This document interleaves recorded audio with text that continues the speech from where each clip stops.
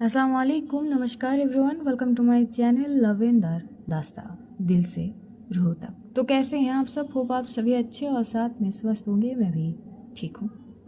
बिना बातों को ना बढ़ाकर सीधा अब कहानी से शुरू करेंगे। कहानी आक्रोश एपिसोड 18।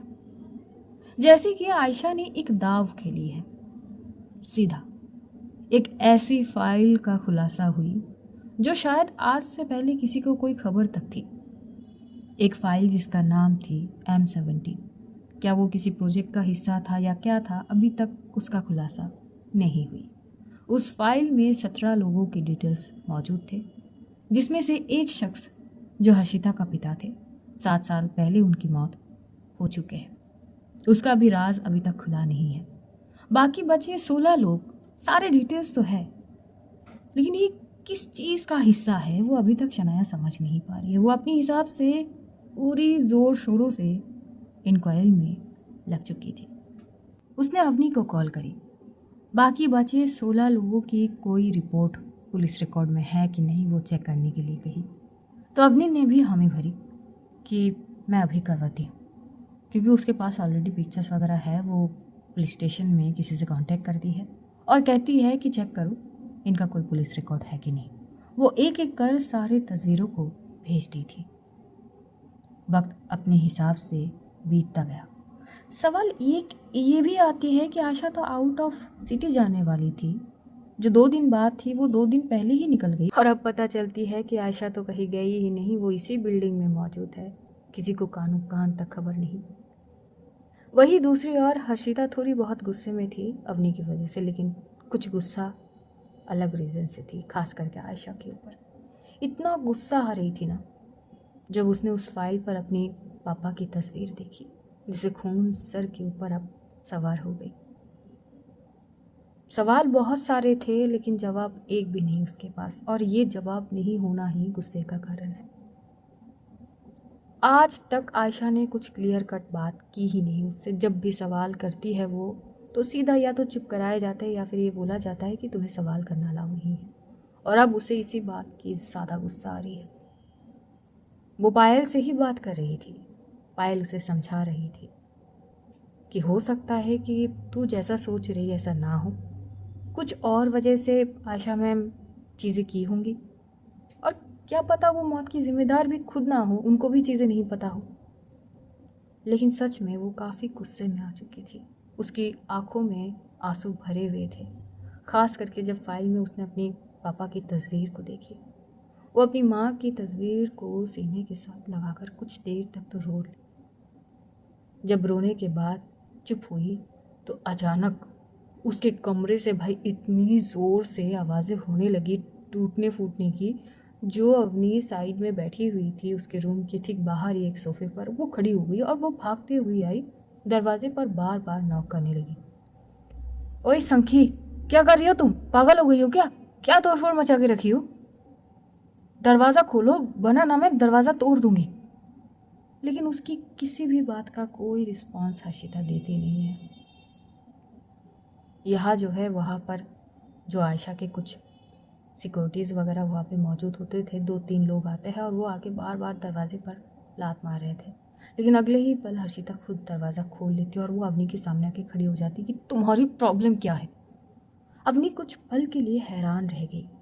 कुछ देर पहले की जो हर्षिता की चेहरा थी, उस चेहरे की और अब की चेहरे में ज़मीन आसमान की फ़र्क है। अब की चेहरे में फ्रस्ट्रेशन, दर्द बेशुमार झलक रहे हैं। उसकी आंखों में जैसे खून उतर आई हो।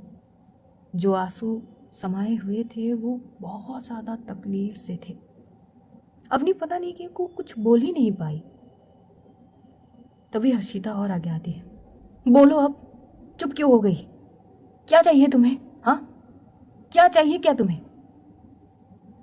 देखो शांत हो जाओ, क्योंकि कहीं ना कहीं अवनी के दिमाग में पिंच करी कि शायद वो अपनी पापा की तस्वीर को देख के थोड़े बहुत भावुक हो गई। लाजमी है सडनली ये सब कुछ होना, तो थोड़ी बहुत इमोशनल ब्रेक होना भी। पर तभी अवनी की नज़र गई हर्षिता के थंब उंगली पे थोड़ा सा कट लगी हुई है। वो जल्दी से हर्षिता के हाथ पकड़ लेती है। ये क्या लगी है क्या तुम्हें? हर्षिता उसके हाथ को झटकने लगी, लेकिन अवनी की पकड़ थोड़ी ज़्यादा ही मजबूत थी। हर्षिता अपनी आंखें दिखाती है। तुम ना मुझे और गुस्सा दिला रही हो। तुम्हारा जो काम है ना तुम वो करो, उससे ज़्यादा कुछ करने की ज़रूरत नहीं है तुम्हें, और ज़रूरत भी मत करना। जितनी हो सके ना मुझसे दूर रहो। तुम्हारी कोई भी ना हमदर्दी नहीं चाहिए मुझे। समझ आई बात? पागल हो गई हो गुस्से में। दिखाई नहीं दे रही है क्या हाथ में लगी है? हाँ, तो उसके सामने जितने भी स्टफ थे वो किसी को कहती कि फर्स्ट एड बॉक्स लाओ। एक भागते हुए जाते और फर्स्ट एड बॉक्स लाते हैं। वो हर्षिता को साइड में वो सोफे पर बैठाती है। उसकी थंब उंगली को जो खून बह रहे थे उसको साफ करती है, थोड़ी सी ऑइंटमेंट लगाती है। अब बस देख रही थी। हर्षिता अब बोलती है, हो गई, दिखा दी ना हमदर्दी, अब जाओ यहाँ से। मुझे तुमसे और तुम्हारी किसी भी चीज़ से कोई मतलब नहीं है। तुम्हें आयशा ने जो कही है ना तुम वो करो, लेकिन अपना हद भी याद कर लेना कि तुम्हारी हद कहाँ तक है। हद पार करने की कोशिश न करना। और यही कहते हुए बड़े गुस्से में वो झल्लाते हुए अपने कमरे में आ जाती है। उसके कमरे में चीज़ें इधर उधर फैले हुए थे। अवनी कुछ पल के लिए बस खामोशी रही और वो वहाँ से निकल गई। जैसे वो निकली, बिल्डिंग के नीचे उसके 3-4 ऑफिसर खड़े हुए थे। वो कहते हैं कि फ्लोर में जाओ और बाहर ही खड़े रह के नज़र रखना, बाहर का कोई अंदर ना आ सके, और हर पल का मुझे इन्फॉर्मेशन चाहिए, कब वो निकल रही है, कहाँ जा रही है। बस अगर बाहर जाने की कोशिश करें तो मत देना जब तक मैं ना आऊँ। जी मैडम। और ये कहते हुए अवनी निकल जाती है और वो सीधा आती है पुलिस स्टेशन। अब तक शाम हो चुके थे और ये सारा तामझाम जो है कोई बहुत गहरी निगाहों से देख रही थी। उस दौरान काफ़ी कॉल अटेंड भी की है आयशा ने। और हाँ, एक दिन बाद वो अब आउट ऑफ सिटी जाने वाली है, तो शायद वो 2 दिन तक यही रहेगी या चीज़ों को नज़र रखेगी कौन क्या कर रही है, ख़ास करके शनाया के ऊपर। बस सवाल आता है कि अचानक से शनाया के ऊपर ये निगरानी का क्या मतलब है। फिर लगभग 8 बजे के आसपास अवनी की तरफ से कॉल आती है शनाया को।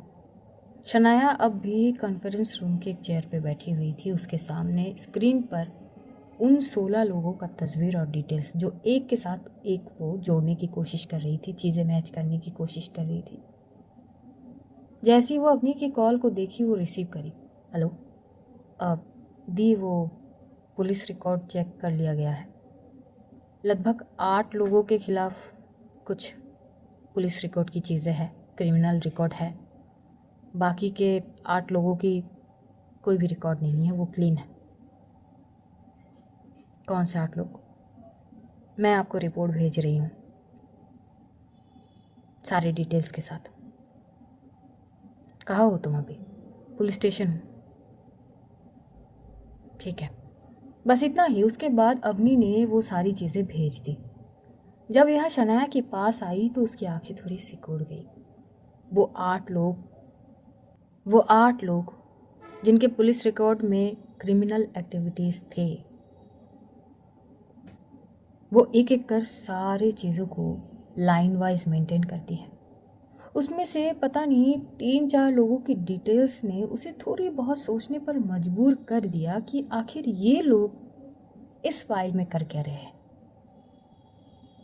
तभी वो किसी को कॉल करती है उन्हीं 3 लोगों के बारे में पूछताछ करने के लिए।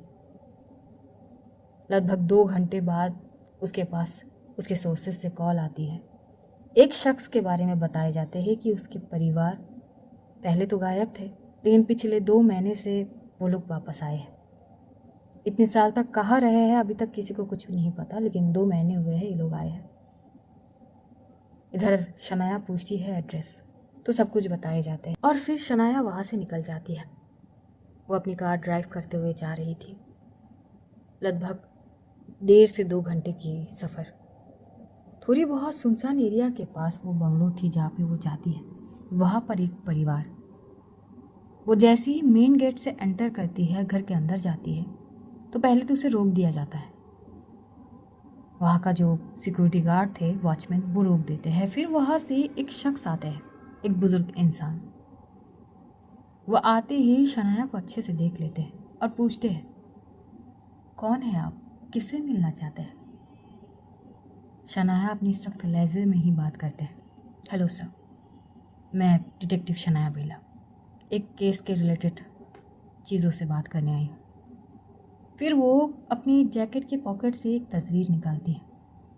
एक शख्स, उस तस्वीर को जब वो सामने की ओर रखते हैं, वो बुजुर्ग इंसान वो तस्वीर को देख के जैसे एकदम से सुन पड़ गए। पल भर में ही उनके आंखों में गुस्सा था या क्या था वो समझना काफ़ी मुश्किल थे, लेकिन उनकी हाथ की मुट्ठी बड़ी सख्ती से बीच गए। फिर वो बड़े गुस्से में शनाया की ओर देखे। आप हमें ये तस्वीर क्यों दिखा रहे हैं? क्या चाहते हैं आप? जवाब, क्या आप इन्हें पहचानते हैं? उनका आंसर देने में ज़रा सा भी देर नहीं हुआ। वो फौरन जवाब देते हैं, नहीं, हम इस शख्स को नहीं जानते हैं। तभी शनाया बोलती कि ऐसे कैसे सर? जहाँ तक मैं जानती हूँ ये तो आपका बड़ा बेटा है। अब अपनी बेटे को पहचान कैसे नहीं पा रहे हैं? काफ़ी हैरान करने वाली बात है। उससे आपको कोई मतलब नहीं होना चाहिए। अगर मैं कह रहा हूँ कि मैं नहीं जानता तो मतलब नहीं जानता। अगर आपको अपना जवाब मिल गया है तो आप अभी जा सकते हैं।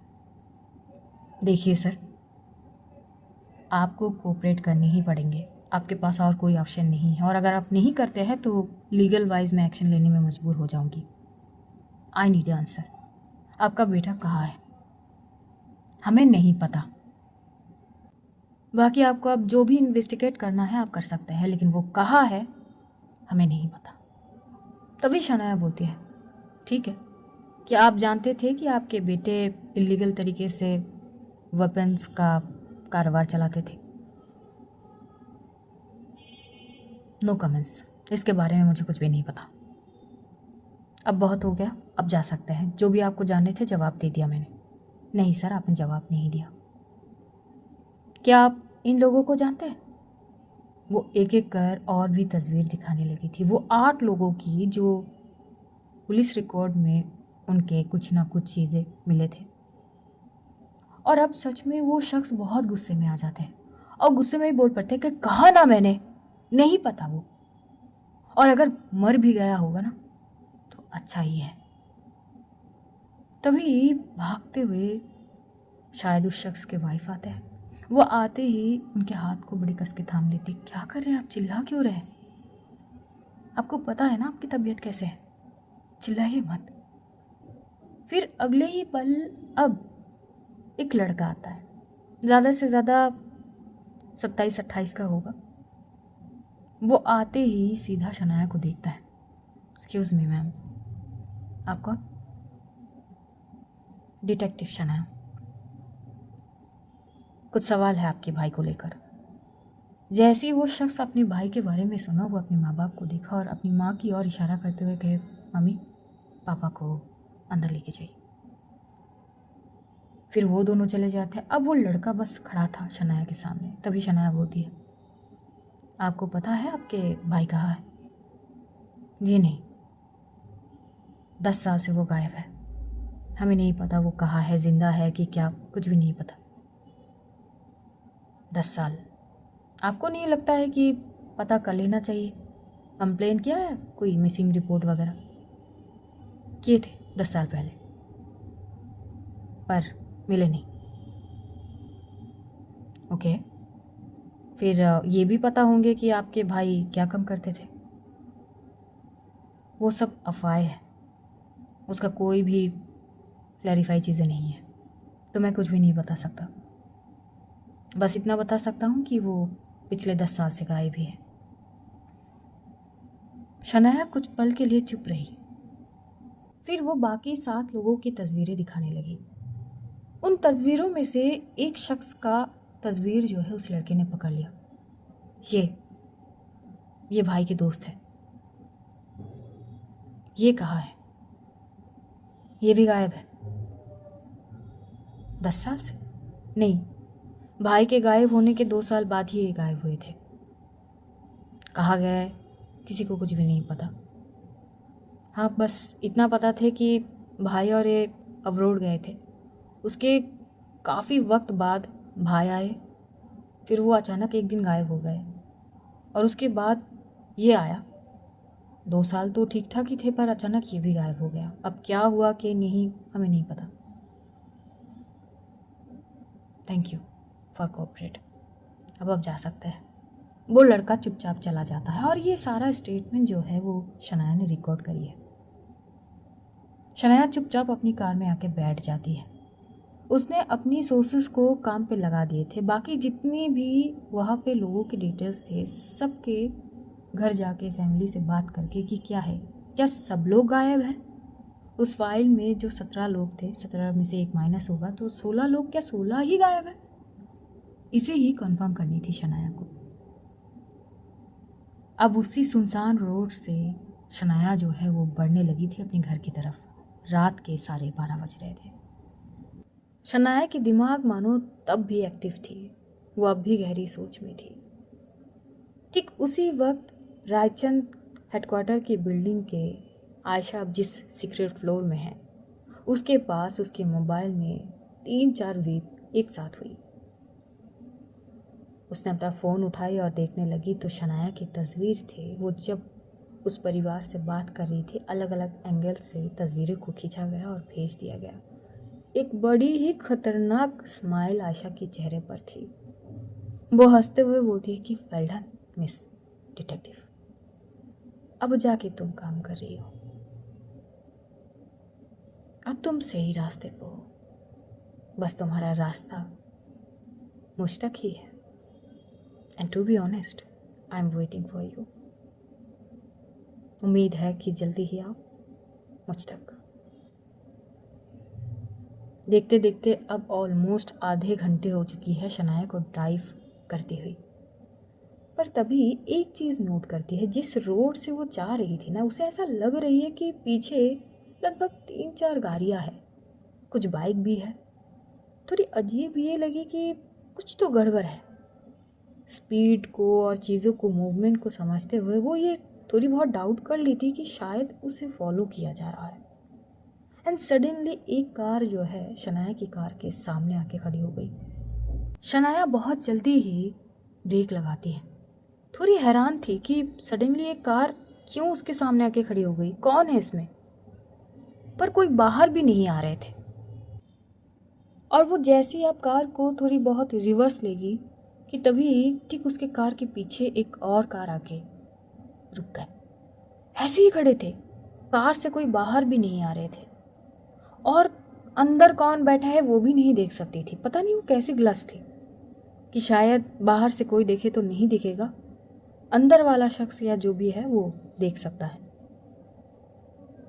शनाया बस आसपास की चीज़ों को ऑब्जर्व कर रही थी, हर एक मूवमेंट को बहुत गौर से नोट कर रही थी। उसने अपना गन पकड़ ली बहुत ही कस के, जैसे कि वो रेडी है, कुछ भी हो सकती है एंड शी इज़ रेडी। फिर तभी उसके सामने जो कार खड़ी थी, उस कार में से 2 वेल सूट में शख्स निकल के धीरे धीरे कर शनाया की कार के पास आने लगे।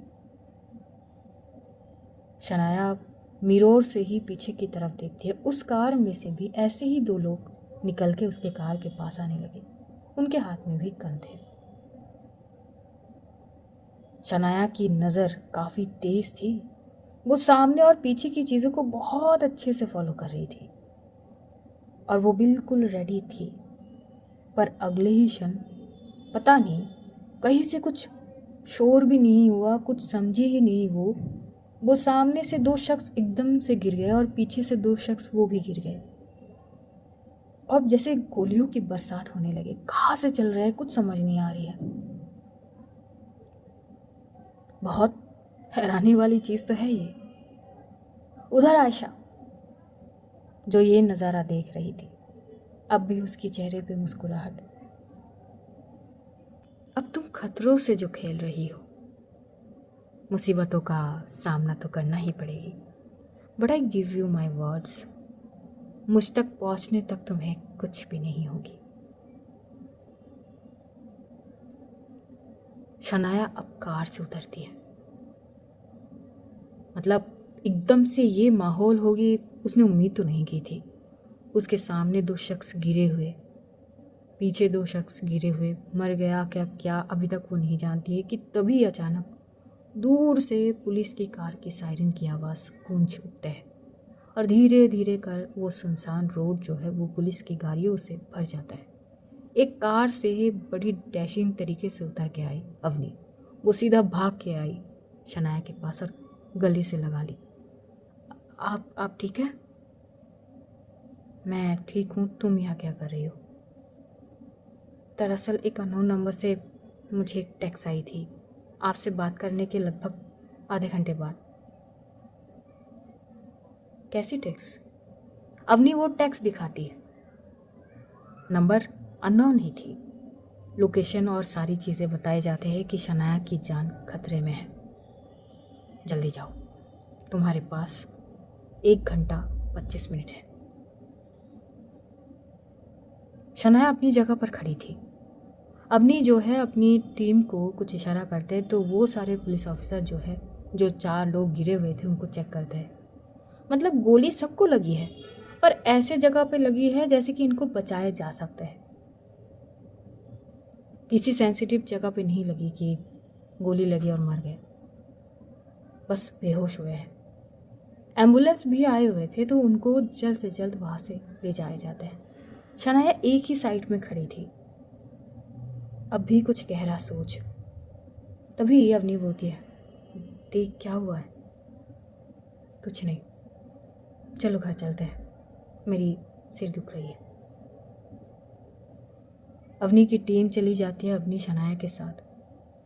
ये लोग अपार्टमेंट में आ जाती हैं। अवनी बोल पड़ती है, दी आप कब तक ऐसे जगह पे अकेले चली जाएंगी? ऐसा मत करिए आप। तुम्हारे पास होती है ना मेरी लोकेशन, तुम हमेशा ट्रैक तो करती रहती हो ना। और जब तक मैं ये सारी चीज़ें नहीं करूँगी तो मैं केस सॉल्व नहीं कर सकती हूँ अवनी। मुझे मेरा काम करने दो। आप भूलिए मत आपने क्या प्रॉमिस किए थे। मुझे सब याद है अवनी, भुलक्कड़ नहीं हूँ मैं, लेकिन थोड़ी बहुत रिस्क उठानी पड़ती है सच के लिए। और मौत किसी भी वे में आ सकती है, मौत से भाग नहीं सकती मैं। और ये कहते हुए वो गुस्से में अपने रूम में चली जाती है। पता नहीं किस बात की गुस्सा थी, पर बहुत गुस्से में थी। अवनी जो है वो बाहर ही खड़ी थी काफ़ी देर तक। फिर वो चुपचाप अपने रूम में चली गई। वो नहाई, आई, बैठी बेड पर और सोच रही थी चीज़ें। ये अननोन नंबर से जो टेक्स्ट आया वो किसका था? अब तो अवनी भी सोचने लगी कि क्या वो हो सकती है कि आयशा है। थोड़ी बहुत ना चीज़ें बहुत मैसअप हो चुकी थी। मतलब एक्चुअल कौन क्या कर रहा है, कौन क्या चाहता है, समझना काफ़ी मुश्किल थी। और ये सब कुछ ना समझते हुए जैसे लग रहा है कि कोई जानबूझ के ना घुमा रहा है चीज़ों को, इधर से उधर, उधर से इधर। रात के 2:30 बज चुके थे। अवनी जो है वो दरवाजे पे नॉक करती है शनाया की। तो शनाया आती है और वो बोलती कि क्या है? खाना तो खाएंगी ना आप, मुझे भूख लगी है। शनाया चुपचाप आके टेबल पे बैठ जाती है, कुछ भी नहीं कहते, अपना खाना खाती है और चली भी जाती है कमरे में। अवनी बैठी ही रही। अजीब ही गुस्सा है, मैंने क्या किया? मुझ पर क्यों गुस्सा दिखाना? कुछ करती तब जाके बात समझ आती। पता नहीं। फिर अचानक अवनी को अपनी शोल्डर पे दर्द महसूस हुई। वो तो भूल ही गई थी इन सब की चीज़ में। बंदी नहा धो लिया, लेकिन वो शोल्डर में जो मार्क है उस पर ध्यान नहीं गई। लेकिन अब उसे दर्द महसूस हो रही थी। और जो फर्स्ट एड बॉक्स थी वो थी शनाया के रूम में। वो फिर से आती है, दरवाजे पे नॉक करती है तो शनाया थोड़ी चिल्ला पड़ती है, अवनी क्या चाहिए? अरे चिल्लाइए तो मत, मुझे थोड़ा सा ऑइंटमेंट चाहिए। एक तो पता नहीं वो जहरीली लड़की काट दी थी मुझे, दर्द हो रही है। ये बात सुनने के फ़ौरन बाद ही शनाया आती है, वो दरवाज़ा खोलती है। क्या हुआ है, दिखाओ। वो थोड़ी सी अपनी टी शर्ट को साइड करती तो अब जाके शनाया देखती है फ़ोन में जो देखी थी तस्वीर में उसमें क्लियर थी नहीं, लेकिन अब जब वो देखती है वो कुछ देर के लिए चुप हो गई। इतने गहरे निशान? नहीं, वो तो मजाक ही था जो मैंने आपको तस्वीर भेजी है। मजाक से काटी है ऐसे, प्यार से, तभी तो ये निशान पड़ी। शनाया जो है वो अवनी को घूर के देखती है, क्या मतलब है? मतलब सीरियसली आपको मतलब नहीं पता? आप अब भी उस लड़की की साइड लेंगी ना? बड़ी निहायती बदतमीज़ और ना बड़ी एटीट्यूड वाली लड़की है, पता नहीं क्या है वो। ऊपर से मजबूर हूँ मैं, उसके साथ काम करनी पड़ी, उसका ध्यान रखनी पड़ रही है। शांत हो जाओ, अंदर आओ। अवनी चुपचाप जाके बैठ जाती है बेड पर और शनाया खुद उसकी उस शोल्डर साइड पे वो ऑइंटमेंट लगाती है। और वो ये भी बोलती है, भिड़ने की क्या ज़रूरत है, बहस करने की कोई ज़रूरत नहीं है उससे। वाह जी वाह, मतलब अब भी आप उसकी साइड लेंगी? मैं किसी की साइड नहीं ले रही हूँ, बस फैक्ट बता रही हूँ। तुम बस तुम्हारा काम करो, उससे कोई लेना देना नहीं होनी चाहिए। वैसे भी नहीं है, कोई शौक नहीं चढ़ी मुझे कि जाके उससे बहस करूँ मैं। वैसे भी इतनी बदतमीज़ है, कुछ भी कहो उल्टा जवाब, वो भी जैसे कि मुंह पे फेंक के मार रही है। बड़ों का कोई लिहाज नहीं, बोलने का तमीज़ नहीं, मतलब पता नहीं क्या ही है। शांत रहो। और वो ऑइंटमेंट लगाने के बाद बोलती है कि अब जाके सो जाओ, कल और भी काम करना है तुम्हें। अवनी चुपचाप चली आई और वो सो गई। बहुत थकी हुई थी, लेकिन शनाया नहीं सोती है। वो बैल्कनी के साइड में खड़ी रही। उसके हाथ में एक वो होता है ना, जो वो क्वीजिंग बॉल जैसा होता है, वो उसको बार बार प्रेस कर रही थी। जैसे होता है ना, हाइपर स्ट्रेस ले तो कोई उसको रिलीफ मिलने के लिए वो सारी चीज़ें करने पड़ते हैं। वो चीज़ वो जैसे कि अपने अंदर दबी हुई गुस्से को शांत करने की कोशिश। लेकिन अब भी उस पर कड़ी निगाहें रखी हुई आयशा स्क्रीन को बड़े गौर से देख रही थी। उसके हाथ में एक सिगरेट थी जो हर थोड़ी देर में उसका पफ ले रही है, धुएं को हवा में छोड़ रही है और एक तीखी सी मुस्कान और हल्की सी हंसी के साथ कहती है, you looking hot by the way. गुस्से में और भी अच्छी लगती हो। अब मुझे और देखना है कि कल तुम क्या करने वाली हो। लेकिन उसी साइड से कोसों माइल दूर एक शख्स बैठा। उसके सामने वॉल पर प्रोजेक्ट चल रहे थे। आशा की तस्वीर सामने थी और अचानक ही वो पता नहीं उसके हाथ में कुछ था, वो फेंक के मारता है, सीधा दीवार पर जाके वो टकराता है और कुछ तो होता है, वो वहाँ पे लाइटर फेंकता है और उसी साइड पर्दे में आग लग जाती है। बंदे की आवाज़ बहुत ही कर्कश था, तुम्हारी उल्टी गिनती शुरू आयशा रायचंद। 8 साल से इंतज़ार कर रहा हूँ, लेकिन अब वक्त आ गई। अब तुम्हें हर हाल में मरना होगा, या फिर इस खेल में राजा ही रहेगा या फिर रानी। तुम्हें मैं रहने दे नहीं सकता, तो लाजमी है राजा ही राज करेगा। You have to die. और उसके बीच कोई भी आए वो भी मरेगा। देखते देखते वो रात बीत गई। अगले दिन अवनी उठती है, फ्रेश वगैरह होती है, रेडी होती है। हाँ, उसे अभी रायचंद हेडक्वार्टर की बिल्डिंग में जानी है। वो शनाया से बात करती है। शनाया ने जो काम दी है उसे वो सारी चीज़ वो जांच पड़ताल करनी है। उसी चीज़ को कंफर्म करते हुए अवनी चली आती है रायचंद हेडक्वार्टर की बिल्डिंग में। लेकिन जब आई तो देखी मिस्टर रायचंद जो है वो हर्षिता के रूम के बाहर है। कई बार दरवाजे पे नॉक किए जा रहे हैं, लेकिन दरवाज़ा शायद हर्षिता खोल नहीं रही। जैसी वो गई वो ग्रीट की, हेलो सर, गुड मॉर्निंग। अब hello, any problem sir? Harshita दरवाज़ा नहीं खोल रही है। मुझे लग रहा है कि उसका तबीयत ठीक नहीं होगा। वो जब भी बहुत गुस्सा करती है तो तबीयत ख़राब हो जाती है। वो ज़्यादा हाइपर स्ट्रेस नहीं ले पाती है, बचपन से प्रॉब्लम है ये। पक्का उसे फीवर आ गई है। जैसे ही ये बात अवनी ने सुनी, वो दरवाज़ा को खोलने की कोशिश की, पर दरवाज़ा अंदर से लॉक है। उसने अपनी पुलिस के टीम जो 2-3 लोग थे उसके साथ वहाँ पर उसने कुछ इशारा किया तो वो लोग आए और जो है अब दरवाज़ा तोड़ने की तैयारी हुई।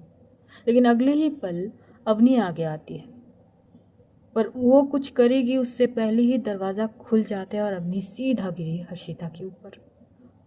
लेकिन जिस पल वो गिरी, अगले ही पल बहुत ही जल्दी वो खुद को संभाल भी ली। वो पीछे हटी और खड़ी हो गई।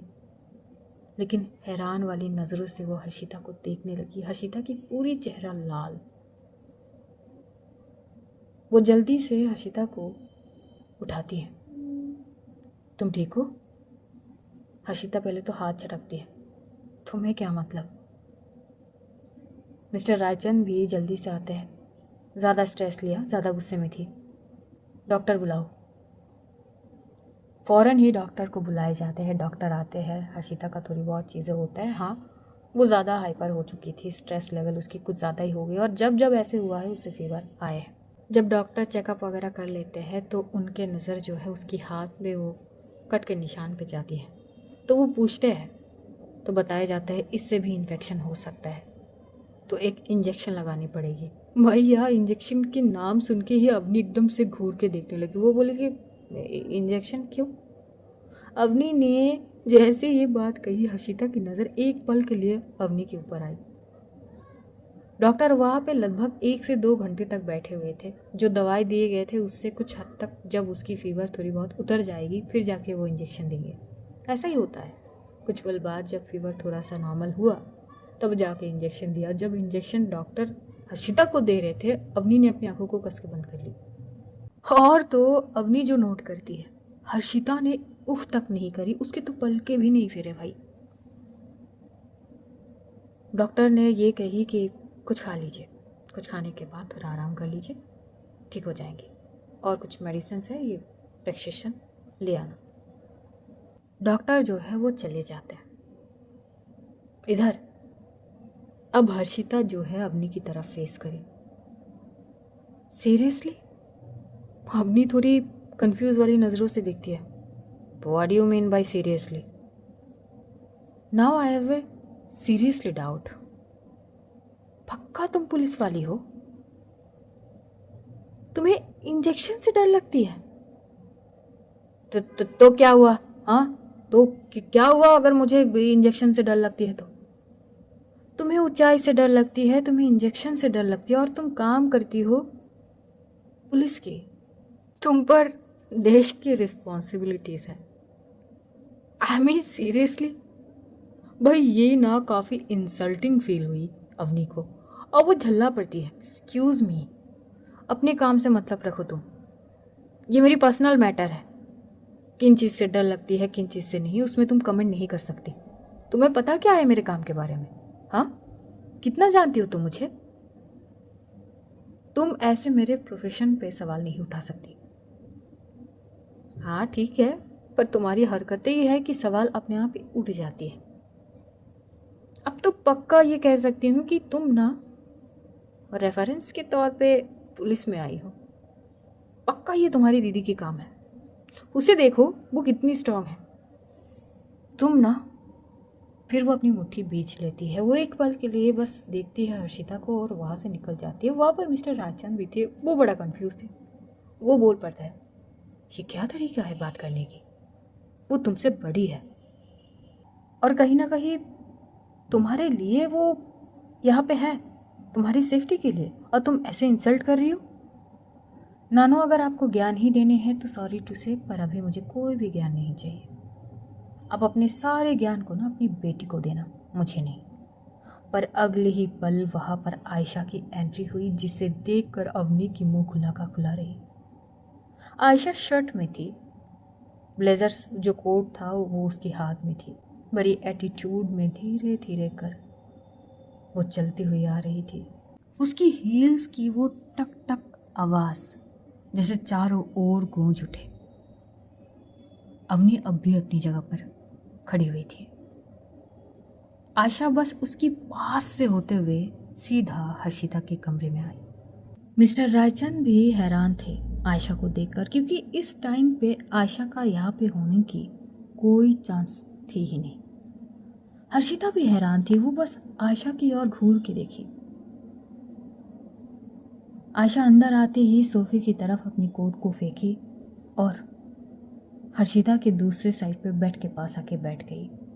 उसने बस अपनी हाथ को हर्षिता के फॉरहेड पे रखी, जैसे वो ये एनालाइज कर ली कि उसके बॉडी में कितनी टेम्परेचर है।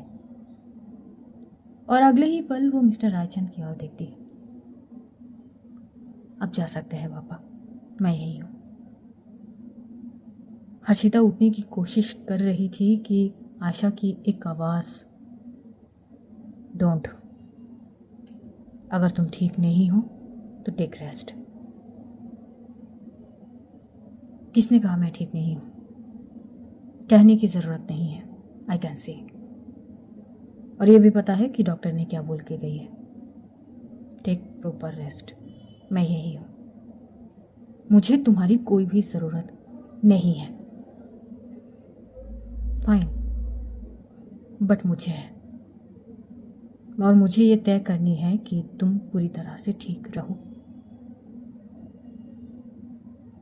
तो आराम करो। मिस्टर रायचंद जो है वो चुपचाप वहाँ से चले जाते हैं। अपनी दरवाजे के साइड खड़ी ये पूरा तामझाम देखती है। वही दूसरी तरफ शनाया अपने ऑफिस में आ चुकी है, लेकिन आज जैसी आती है उसके सामने उसके सीनियर ऑफिसर प्रकाश शर्मा, वो बहुत सीरियस थे और वो जो न्यूज़ शनाया को देते हैं वो सुनने के लिए वो तैयार नहीं थी। उसके ऑफिसर का कहने का ये मतलब थे कि शनाया अब आयशा की इस केस को और आगे नहीं बढ़ा सकती है। मतलब जो इन्वेस्टिगेशन वो कर रही है उसे यहीं पे रोक लगानी पड़ेगी, जिससे शनाया बहुत गुस्से में आ जाती है। आखिर क्यों? फिर उसके ऑफिसर एक पॉइंट बताते, तुम्हें समझ भी आ रही है? क्या सोच रही हो कि मुझे कुछ भी नहीं पता है? कल तुम्हारे साथ कुछ भी हो सकते थे। देखो शनाया, मुझे भी जवाब देने पड़ते हैं। अगर तुम्हें कुछ भी हो जाता है तो उसका जवाब मैं कैसे दूंगा? बात को समझो। अगर तुम्हें अपनी परवाह है तो थोड़ा बहुत इस केस से दूर रहो। लेकिन शनाया भी मानो कसम खा रखी है, हरगिज़ नहीं, मैं इस केस से दूर नहीं जाने वाली जब तक ना मैं सच तक ना पहुंच पाऊं। और मुझे पता है सच एक इंसान के पास है और वो है आयशा रायचंद। तो अब मैं सीधा उसी के पास जाने वाली हूँ। जैसे ये बात मिस्टर प्रकाश शर्मा सुनते हैं वो बस हैरान थे। वो बहुत कोशिश कर रहे थे अपनी पॉइंट समझाने के शनाया को, लेकिन शनाया समझने के लिए तैयार नहीं थी और वो बड़ी गुस्से में वहाँ से निकल जाती है, क्योंकि अवनी की तरफ से टेक्स्ट आ चुकी थी शनाया को कि आयशा रायचंद वो अब यहाँ मौजूद है। तो कहानी आज यहीं पे समाप्त करेंगे। अगले पार्ट में जानेंगे कि आगे क्या होती है। रही बात जो स्टोरी की टाइमिंग बढ़ाने की बात कर रहा है, मेरी गला अभी तक पूरी तरह से ठीक नहीं हुआ है, इसीलिए स्टोरी की टाइम अब उतनी भी कम नहीं है, 35+ तो होती ही है। इतने से काम चला लो, जैसे ही थोड़ी बहुत बेटर हो जाएगी धीरे धीरे टाइम भी ठीक हो जाएगी। सो होप कि आप सब इसे समझें। बाकी मिलते हैं अगले पार्ट में। ध्यान रखिए सभी अपना और अपनों का, ढेर सारा प्यार बांटिए, खुश रहिए, खुशियाँ बांटिए। Love you always, you soon. बेहद जल्द फिर मुलाकात होगी, तब तक के लिए खुदा हाफिज़, टाटा, गुड नाइट।